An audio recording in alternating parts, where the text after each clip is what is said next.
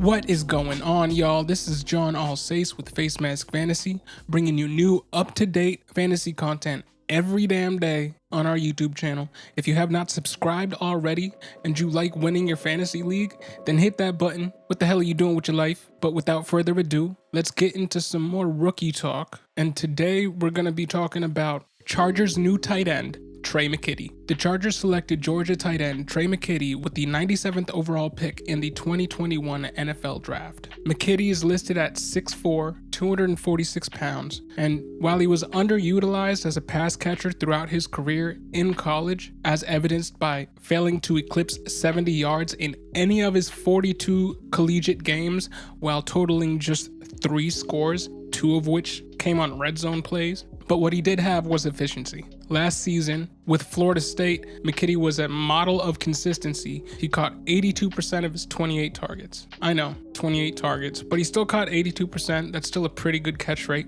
He also earned the top tight end award for the American team at the Senior Bowl, for what that's worth. And some have speculated that he fell in the pre-draft process because he was unable to work out at Georgia's Pro Day due to a left knee scope procedure that he had gotten done in preparation for his NFL career. But in college, he showed that he is a willing run blocker, and he does have a receiving skill set.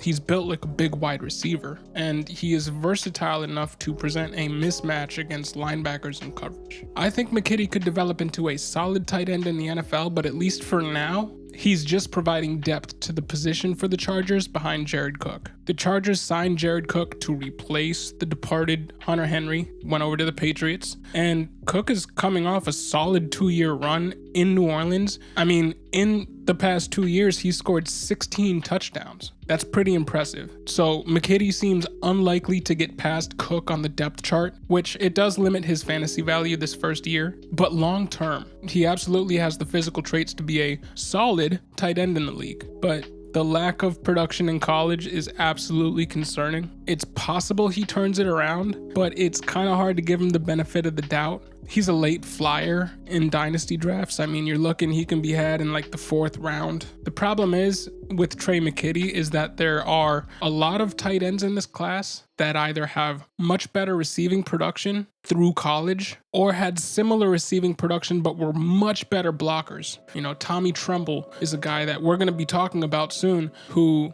has similar receiving production and actually less receiving production than McKitty, but he was viewed as the best blocker in this class. And while McKitty is viewed as a willing blocker, nobody's confusing him with Tommy Tremble, period. The silver lining here is that Jared Cook is on a 1-year deal. And while they just drafted Josh Palmer, the only real other pass catchers on this team are Keenan Allen, Mike Williams, Jalen Guyton, and Tyron Johnson. And next year, Keenan Allen's going to be 30. Mike Williams is likely off this team as he's in a contract year. And I don't know about you, but I don't see Jalen Guyton and Tyron Johnson really putting up much of a battle here in terms of target share demand. Jared Cook is once again 1-year deal, so Tre McKitty could step into a significant role in this offense where he's going to be on the field a lot with Justin Herbert. If he can become a legitimate red zone weapon for Justin Herbert, I'm all in. That's kind of what you're hoping for. I mean, I don't think Tre McKitty is going to be an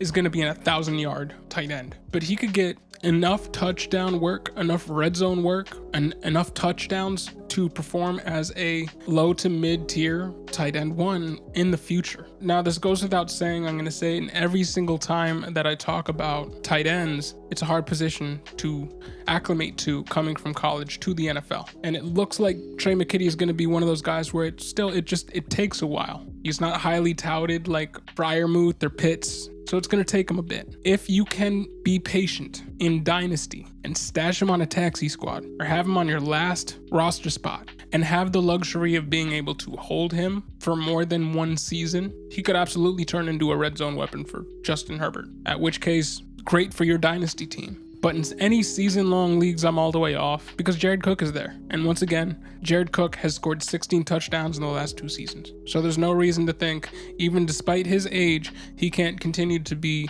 the clearing away tight end one for this team. What do you guys think? Do you guys think, like me, that Tre McKitty is not going to do anything for a few years, but he could end up becoming valuable in fantasy due to him being one of Justin Herbert's primary red zone weapons? Put your thoughts in the comments section below. My name is John Alsace. Once again, this is Face Mask Fantasy, bringing you new fantasy content every day on our YouTube channel. So if you haven't hit that subscribe button, please hit that subscribe button. Thank you again for listening. Have a great day.